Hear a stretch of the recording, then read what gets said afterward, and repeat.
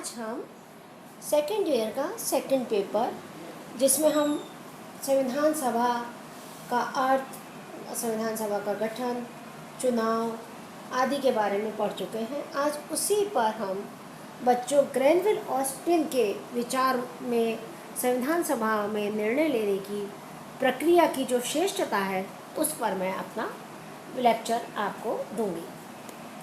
संविधान निर्माण में अपनाई गई प्रक्रिया की आलोचना करने के बजाय ग्रैनविल ऑस्टिन इस विचार को स्वीकार करना चाहते हैं कि भारतीय संविधान के निर्माण में अत्यधिक श्रेष्ठ प्रक्रिया को अपनाया गया है और इस श्रेष्ठता के प्रतीक रूप में 3 बातें हैं। सहमति से निर्णय पहली, दूसरी समायोजन का सिद्धांत और तीसरी परिवर्तन के साथ चयन की कला। तो बेटा, सबसे पहले हम सहमति से निर्णय। भारत के राष्ट्रीय नेताओं को इस बात का ज्ञान था कि वे महज कोई दस्तावेज नहीं बना रहे हैं, वरन एक संविधान का निर्माण कर रहे हैं। इसलिए उनके बहुमत निर्णय को नहीं करना, आम सहमति से निर्णय को अपनाया जाना चाहिए। सहमति के इस लक्ष्य को प्राप्त करने के लिए विविध तरीके अपनाए गए। प्रथम, कांग्रेस विधानसभा दल की बैठक में संविधान की प्रत्येक धारा पर खुलकर वाद विवाद होते थे और इन बैठकों में डॉक्टर अंबेडकर, A.K. अय्यर और आयनकर जैसी गैर कांग्रेसी प्रतिभाओं को भी आमंत्रित किया जाता था। और दूसरा, संविधान निर्माण से संबंधित सभी महत्वपूर्ण समितियों में विशेष समुदाय, हितों और वर्गों को समुचित प्रतिनिधित्व दिया गया था और अल्पसंख्यक वर्गों के हितों के प्रतिनिधि रूप में उन व्यक्तियों को भी सहमति में ले लिया गया था जो संविधान सभा के सदस्य नहीं थे।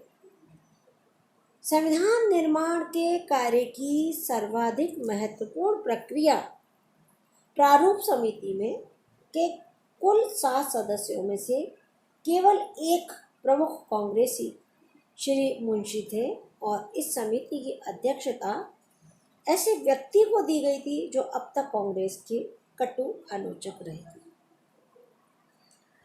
तो इन सब बातों से यह निर्णय निकलता है कि जब भारतीय संविधान सभा का निर्माण किया गया तो स्टूडेंट्स, उन्होंने सबसे पहले किसी भी धारा को जोड़ने से पहले उस पर पर्याप्त वाद विवाद किया, विचार विमर्श किया और जब तक वो उससे सहमत नहीं हुए तब तक वो स्टूडेंट्स उस चीज़ को उन्होंने लागू नहीं किया। संविधान सभा और समितियों की बैठकों के अंतर्गत बहुमत की जीत के स्थान पर एक दूसरे को समझाने बुझाने की प्रक्रिया अपनाई गई। यहाँ कहने का अभिप्राय ये है कि खाली बहुमत को उन्होंने इम्पोर्टेंस दे दी। उन्होंने आपस में एक दूसरे को समझा करके उस बिंदु पर सहमत करके फिर उसको लागू करने का प्रयास किया। जिन सुझावों और संशोधनों को अस्वीकृत किया गया, उन्हें अस्वीकृत करने के कारण भी बताए गए, जिससे कोई सदस्य यह अनुभव ना करे कि उसके सुझाव का निरादर किया गया है। आलोचना के प्रति सहनशीलता अपनाई गई। लंबे वाद विवाद के प्रति असंतोष नहीं दिखाया गया। अपने विचार दूसरों पर लादने की भी कोशिश नहीं की गई और शीघ्रता से कार्य समाप्त करने का भी नहीं प्रयास किया, जो किसी भी संविधान में स्टूडेंट बहुत महत्वपूर्ण चीज़ मानी जाती है। और वह एक पूर्ण लोकतांत्रिक प्रक्रिया थी जो भारत में लागू की गई है। लोकतंत्र को सर्वोच्च माना गया है और जिस पर भारतीय लोग गर्व करते हैं। संविधान निर्माण में सर्वसम्मति की जिस पद्धति को अपनाया गया, उसके प्रमुख उदाहरण हैं संविधान के संघीय और भाषाई प्रावधान तथा अल्पसंख्यकों से संबंधित व्यवस्थाएं। तो संविधान के संघीय और भाषाई प्रावधान अल्पसंख्यकों के संबंध में भी की गई व्यवस्थाएं, संविधान की प्रस्तावना और संसद के संबंध में किए गए प्रावधान, सर्वसम्मति के आधार पर किए गए निर्णयों के प्रमुख उदाहरण रहे हैं। तो स्टूडेंट्स, ग्रेनविल ऑस्टिन इस बात को समझाने का प्रयास कर रहे हैं कि सहमति से जो निर्णय लिया जाता है वो बहुत महत्वपूर्ण माना जाता है और संविधान निर्माण करने वाले दिग्गजों में अंबेडकर साहब, नैयर साहब और आयंगर साहब जैसे लोगों ने आपस में सहमति का ही रास्ता अपनाया। ग्रेनविल ऑस्टिन कहते हैं 3 तत्वों ने सर्वसम्मति के आधार पर निर्णय लेने में सहायता प्रदान की और ये थे संविधान सभा में एकता का वातावरण, आदर्शवादिता का वातावरण और राष्ट्रीय उद्देश्य की विद्यमानता।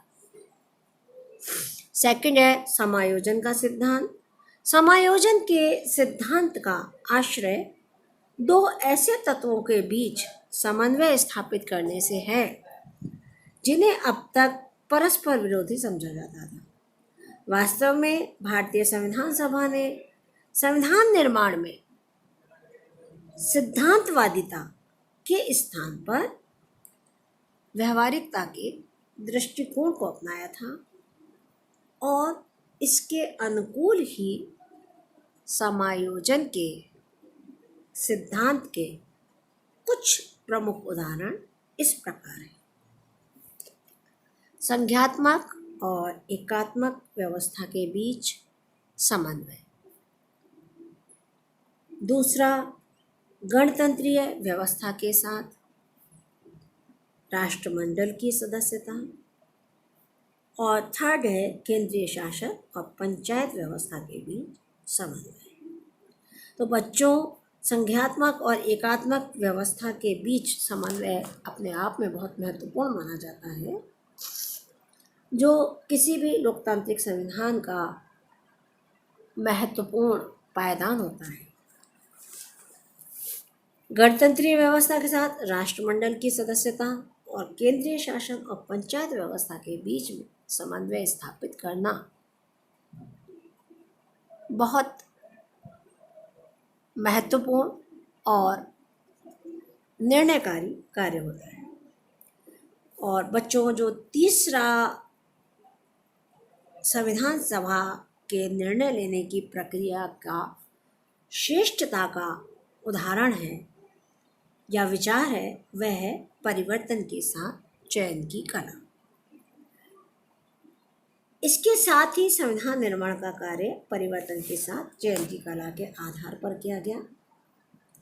संवैधानिक सिद्धांतों का पर्याप्त विकास हो जाने के कारण 1947 में किसी मौलिक संविधान के निर्माण की बात सोचना संभव नहीं था।